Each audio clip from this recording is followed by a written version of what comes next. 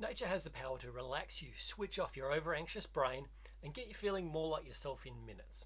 Now, remember that time when you went to the beach or the lake or the mountain and just felt that stress free feeling, connected to nature, stress rolling off you in waves?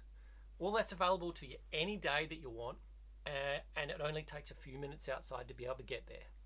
Now, if you want to optimize your life without wasting time, grab your free life map below and I'll help you design, build, and live a life you love. Now, I've never been good at relaxing. In fact, I've been terrible at relaxing the majority of my life. Even on a trip to Hawaii, I forced myself to go and lie on the beach just for 5 minutes. To be able to just lie still, sit still, was absolute hell for me. I found it very difficult to just be, to just sit, to just relax and do, because I was always up and doing things constantly. But I've had to learn to practice that, had to practice relaxation.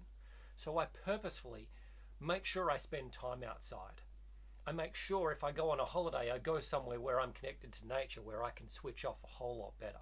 Because if I'm in this regular world where we're in houses, in buildings, we're constantly moving, I feel like I'm constantly stimulated and I find it way more difficult to switch off. And you might find that you're the same.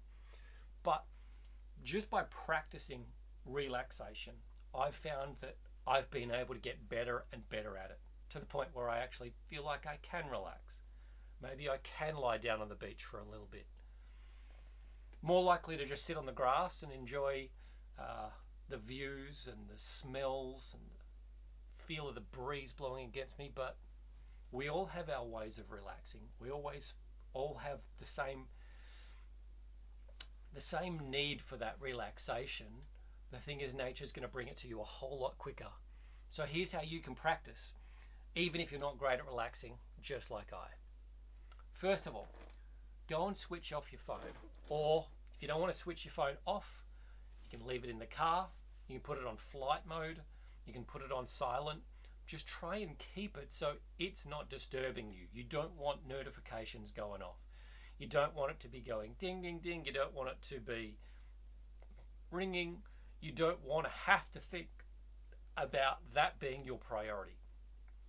Because if you're working on relaxing, you want to be able to leave that aside so you can just focus on the one thing. And that one thing is just switching off.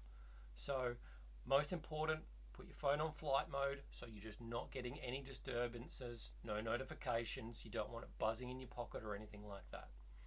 Next, set a timer, because people like me, we don't necessarily have a lot of ability to just sit still. Even if I go for a swim in the ocean, there's times when I have to go and set a timer on my watch to make sure I stay in the water for a certain amount of time. All right, that's how over anxious my brain gets. Even when I'm doing something that I really enjoy doing, I still feel like I'm supposed to be somewhere else. But if you set a timer, you're giving yourself permission to say, all right, well, I've got this much time and I don't have to worry about anything. I don't have to do anything else for this amount of time. I can just do this one thing. Once you've done that, this is all about being in the right space. So where's the best place for you? A park, a river, a lake, the ocean? It doesn't really matter. You just have to find your sweet spot. And it may take a few different places to find where you feel most comfortable. Now for me, I absolutely love the beach, but I also love the river. I love the mountains. So there are options available. It's just a matter of finding the right place where it fits in with the time that you have available, and it allows you to really relax. So for me, I found the difference between a local park and a much bigger park very, very different. At a local park, I feel like I'm far more distracted. But at a bigger park, so much more greenery, so many more trees around. There might be some water around, there's animals. That makes a big difference for me to be able to just switch off a whole lot more. So go and find your sweet spot, wherever that may be. If you need to, open up a map and have a look and see what's available in your area, because there may be places that you've not thought of before that you find that are just like a hidden gem just around the corner from you and you never even knew it was there. So go and explore where that sweet spot is. Once you get there, take a few deep breaths and just stop and listen to what's going on around you. Listen to the sounds. You might be hearing kids screaming and yelling as they're playing. You might hear ducks or birds. You might hear dogs barking as they run around. Maybe you still feel the traffic, hear the traffic. But maybe you feel the breeze. There might be a gentle breeze blowing, and maybe you're feeling the sun on your skin.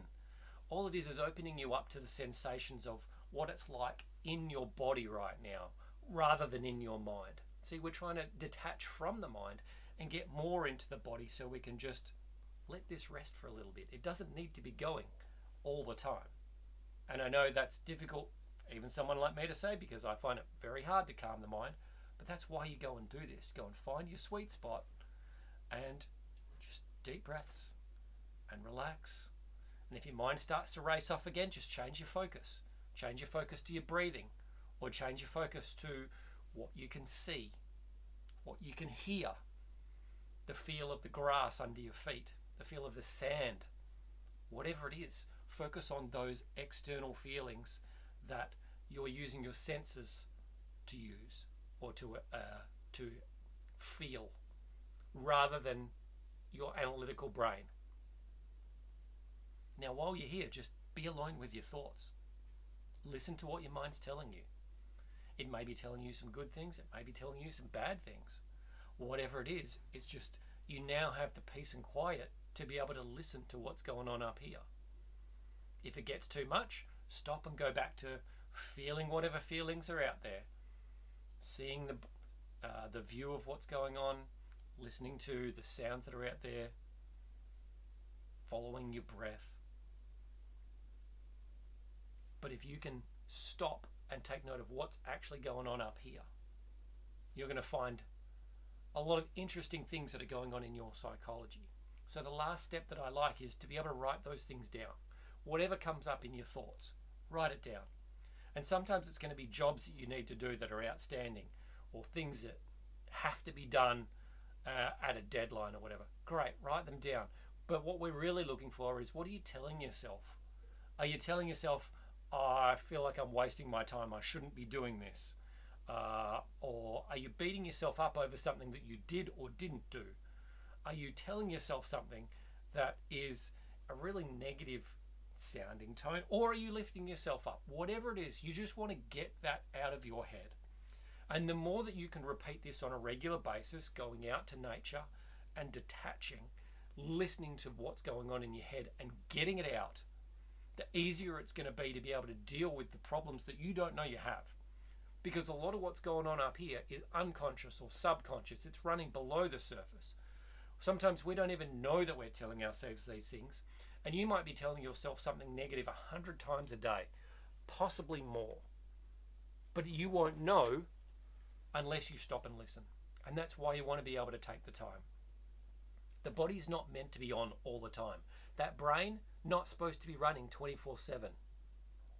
It only needs to think when it needs to think. But the society we live in these days conditions us to constantly be looking at our phones, checking what's going on, looking at this. And unfortunately, it's getting harder and harder because those distractions are getting shorter and shorter, with reels that we look at, or a scrolling screen where we've got so much information coming at us. That's why the brain is over anxious. So make sure you take the time to get out in nature. Take the time to be able to unplug, relax, detach your mind from all of that heavy stuff. And if you need to, listen to the thoughts that are going on so you can get them out so we can do something about it. Now, we're going to talk a whole lot more about that in the future, because awareness is only the first step. Taking action on it is the next step.